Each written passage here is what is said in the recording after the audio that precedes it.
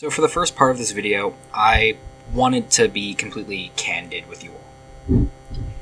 Due to the current world situation with COVID-19 that is sweeping my country of Canada, Matt and Jake's country of the United States, and Kane's country of New Zealand, we've all been sorting out our own personal affairs, making sure our families are safe and healthy, our loved ones are safe and healthy.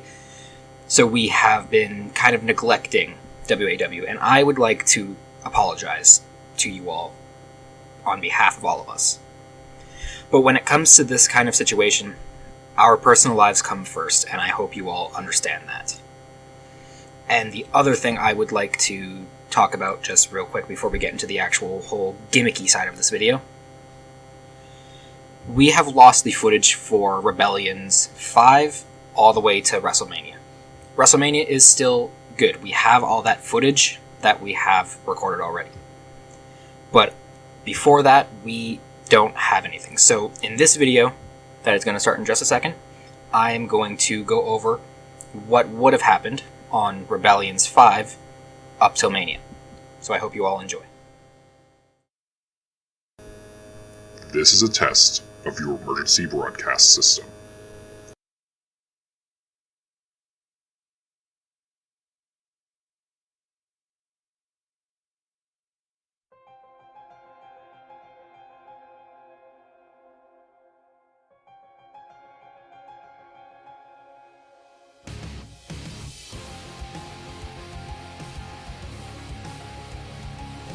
Ladies and gentlemen, welcome to this special Road to WrestleMania event thing. I don't exactly know what to call this. It's a unique situation we've never been in before here in WAW. But alas, don't worry, I am here to make things better. My name is Adam. You might know me as the best commentator that WAW has to offer, and I'm here to walk you all through the Road to WrestleMania. In the beginning, I explained our situation, but don't worry, I'm here to make everything alright again. So let's get right into it. With Rebellion 5, we were hot off of Full Gear, where we had amazing action all around. At the beginning of the show, we had announced that there will be an 8-woman ladder match to decide the number 1 contender for the women's title after Mania. We had 4 names announced already for that ladder match. Names that include Piper Niven, Shayna, the Queen of Spades Baszler, Rhea Ripley, and of course, Bea Priestley.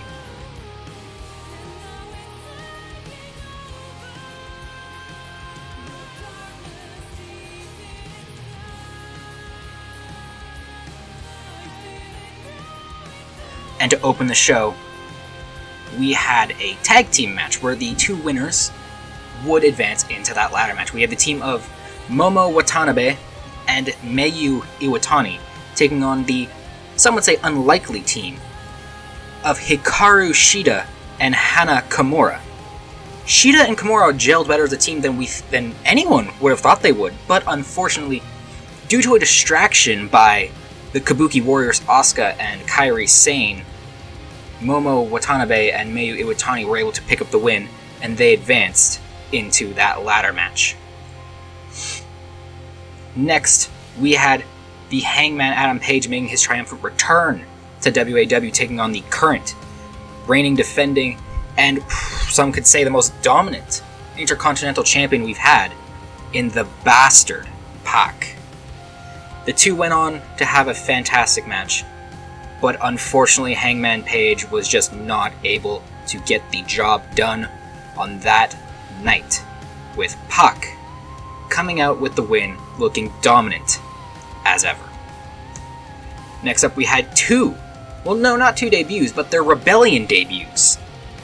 We had Jimmy Havoc, the King of the Goths, taking on the Draw, or the Callahan Death Machine, Sami Callihan. Unfortunately, the match would not last long as the 2, they got into a double countout. They brawled into the crowd, double countout. We tried to have security break them apart, didn't really work out that way. They brawled for a good 15 minutes, each of them putting the other one through a table, but at the end of it, it was Sami Callihan who stood tall, pile-driving Jimmy Havoc off the apron of the ring onto the cold concrete floor. From there, we had the Firefly Funhouse. At Full Gear, we saw Bray Wyatt instead of The Fiend take on the Velveteen Dream and get the win, and now Bray shared his thoughts on Aleister Black now being the one going to the main event of WrestleMania to challenge The Fiend. Of course, Aleister Black won that opportunity away from Kenny Omega in a Iron Man match at Full Gear. An amazing match, one of the best we've ever seen here in WAW. But Bray challenged Aleister to bring his best because The Fiend will not pull any punches.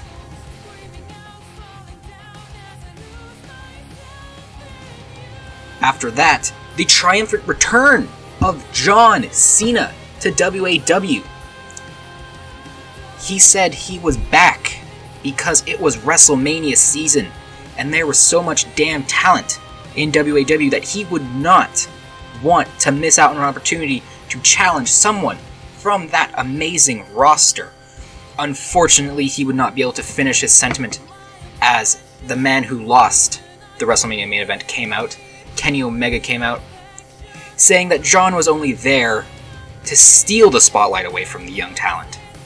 That he never got anywhere on his own talent, but of course John Cena, being John Cena, had an amazing comeback. Long story short, Kenny Omega challenged John Cena to a match at WrestleMania. And of course, John Cena, being John Cena, accepted that match. So at WrestleMania, it will be John freaking Cena taking on the best bout machine, Kenny Omega. That will not be something anyone wants to miss. And to close the show, we had to find Walter an opponent for Mania. After destroying Samoa Joe, Walter wanted to again put the NXT United Kingdom Championship on the line in WAW. We had a triple threat match with three of the best talents the UK has ever produced, that being Drew McIntyre, Finn Balor, and of course Tyler Bate. The three brawled, the three put on one of the best matches we've seen on Rebellion yet, and at the end of the day, with a Claymore taking the skull of Tyler Bate off his shoulders, Drew McIntyre won. And at WrestleMania, it will be Walter defending the United Kingdom Championship against Drew McIntyre.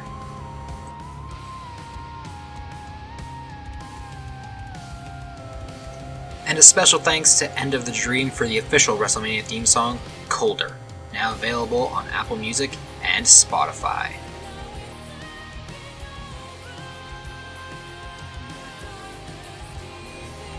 And now on to Rebellion number 6. The show started off with Jon Moxley taking on the bad boy, Joey Janela. However, the match again would not last long, except this time there was a winner, and it was Joey Janela. But it was by less than reputable means because Jon Moxley snapped, cracking Janela with a chair, causing a disqualification. After Bray Wyatt sent out the challenge for Aleister to prepare himself for the Fiend, the Aleister Black struck back with his own war of words, saying that he would be ready for the Fiend, and that the Fiend should be worried about him. After that, we had AJ Styles taking on the Irish Ace, Jordan Devlin. AJ Styles, of course, picked up the victory, but after the match, there was a gong that silenced the entire arena. At the midpoint of the show, we had the team we had Imperium. Walter, Fabian Eichner, and Marcel Barthel taking on Drew McIntyre and DIY. Communications between Drew McIntyre and DIY, and even just in DIY in general, caused a perfect scenario for Walter, Fabian, and Marcel to pick up a victory. Toni Storm wanted a little bit of mic time, so we gave it to her. She spoke on how she was preparing for Io Shirai, who won the Women's Royal Rumble, and how she would be ready for her come WrestleMania. Next up, we had Io Shirai in action against Billie Kay. Billie Kay did not stand much of a chance, and it was not a very long match, with Io Shirai picking up the win via her perfect acai moonsault. And in the main event, because we forced him to compete, we had the Beast Incarnate Brock Lesnar taking on the one-man band Heath Slater. But of course that match did not happen, because just before the bell rung, we saw the Bro, not just any Bro, the original Bro, running out, laying into Brock Lesnar, and we cut to black as they continued their brawling backstage. And now on to Rebellion 7. We started the night off with Dakota Kai and Tegan Nox taking on Fire and Desire, Mandy Rose, and Sonya Deville, the winners, were entered into the women's ladder match at WrestleMania. It was a hard-fought match, but eventually it was Dakota Kai and Tegan Nox who came out victorious, earning their way into WrestleMania. After that, we had the team of Jon Moxley and Jimmy Havoc taking on the team of Joey Janela and Sami Callihan. Like what happened the past 2 weeks, the match didn't really last. The ref had to throw it out because he couldn't keep control of everyone. After that, we had Kenny Omega taking on Roderick Strong. The Undisputed Era has been having some issues with Ricochet as of late, as well as the British Strong Style. So Ricochet's music played in the middle, distracting Roderick Strong as he was setting up for the end of Heartache, allowing Kenny Omega to hit the One-Winged Angel and earn that win. Up next, we had Fabian Eichner with Marcel Barthel at ringside taking on Johnny Gargano, who was lacking Tommaso Ciampa in his corner. Fabian Eichner, with the help of Marcel Barthel, did pick up the win, but it was revealed after the match that the reason Ciampa was not there was that Fabian and Marcel attacked him backstage before the match. And in the main event, we had the United Kingdom champion Walter taking on the monster among men, Braun Strowman. It was close, but Walter was able to pick up the win. But after the match, McIntyre jumped the barricade and laid waste to Walter, sending one distinct message with a claymore: that title is his come WrestleMania.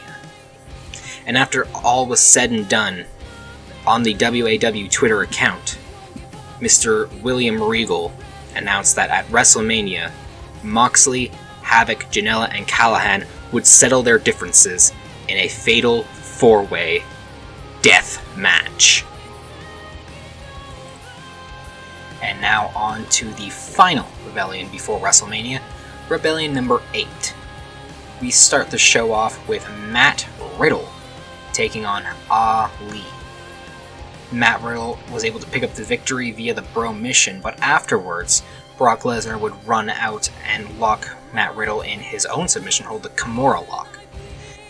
After all said and done, Matt Riddle requested that their match at WrestleMania be made a submission and knockout only match. And of course, Mr. Regal made that official soon afterwards. Next, AJ Styles came out. He got a microphone, and he wanted to address what happened a few weeks ago with the gong that happened during one of his matches. he called out The Undertaker, the only wrestler who would use that gong, and challenged him to a match at WrestleMania. But he didn't get any response. It was only after he made to leave that the lights went dark and The Undertaker appeared, delivering a tombstone piledriver. Next up, we have the team of Toni Storm and Bea Priestley taking on the team of Io Shirai and Mayu Iwatani. It would be Io Shirai and Mayu Iwatani picking up the win, but it was via DQ when Bea Priestley, I'm not really sure what went through her head, but Bea Priestley struck Io Shirai with a steel chair. Perhaps maybe trying to help her friend Toni get a leg up at WrestleMania. Who knows? After that, we had Jimmy Havoc, one man who will be taking part in the four-way death match at Mania, taking on Mark Andrews. And well, this match actually did stay the course, but Mark Andrews didn't fare so well, facing a lot of attacks and not really getting much offense in himself. It was Jimmy Havoc who was able to pick up that victory. And in the main event of the Last Rebellion before WrestleMania, we had a triple threat match to determine who would be facing the Intercontinental Champion Pac at WrestleMania. The participants were former WAW Champion Shinsuke Nakamura, Seth Rollins, and one of our newest signees, Tetsuya Naito. After all was said and done, it was Tetsuya Naito who picked up the win after hitting the Destino onto Seth Rollins for the 1-2-3. Afterwards, Pac would come out and stand face to face with Naito, and with only a chuckle, he slapped him before leaving back to the backstage area. And now that we have all that out of the way, it's time to go over the official WrestleMania card. And for the first time in history, WAW presents to you a 2-night WrestleMania event.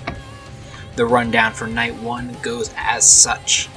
We have the women's ladder match consisting of Rhea Ripley, Piper Niven, Momo Watanabe, Bea Priestley, Mayu Iwatani, Dakota Kai, Tegan Knox, and Shayna Baszler. And then we have an 8-man tag team match. The Undisputed Era takes on British Strong Style along with Ricochet. And then we have the fatal 4-way death match. Jimmy Havoc, Sami Callihan, Jon Moxley, and Joey Janela. And then we have the MMA rules match. No pinfalls, no countouts. The only way to win is to either make your opponent submit or knock them out. The participants, of course, Brock Lesnar versus Matt Riddle. Then we have Kenny Omega taking on John Cena. This is a match that people have been wanting to see for ages and ages. And then for the main event of night 1, we have AJ Styles taking on the Phenom, The Undertaker. And then night 2 goes as such. For the WAW United Kingdom Championship, we have Walter taking on Drew McIntyre. We have a women's tag team match. The Kabuki Warriors, Asuka and Kairi Sane, taking on Hikaru Shida and Hana Kimura. And then we have the WAW Intercontinental Championship. Pac defends against Tetsuya Naito. We have the WAW Tag Team Champions on the line as Imperium, Marcel Barthel and Fabian Eichner take on DIY, Tommaso Ciampa and Johnny Gargano. we have the WAW Women's Championship as Toni Storm defends against Io Shirai. And then in the main event, we have the WAW Championship. The Fiend Bray Wyatt defends against Aleister Black. That's the card, ladies and gentlemen, and I hope every single one of you watches and enjoys. That's it from me. See you at WrestleMania.